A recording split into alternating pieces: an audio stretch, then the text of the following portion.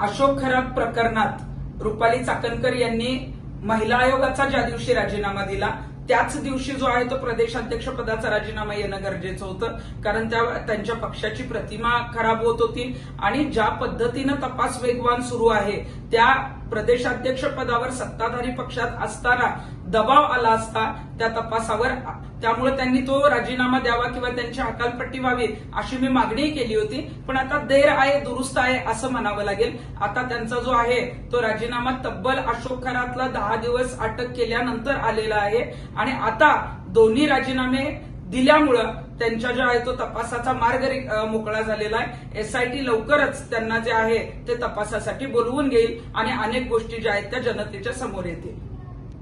तुम्ही पाहत आहात महाराष्ट्राच्या कुशीतलं GK न्यूज मराठी, सात जनतेची, भूमी महाराष्ट्राची.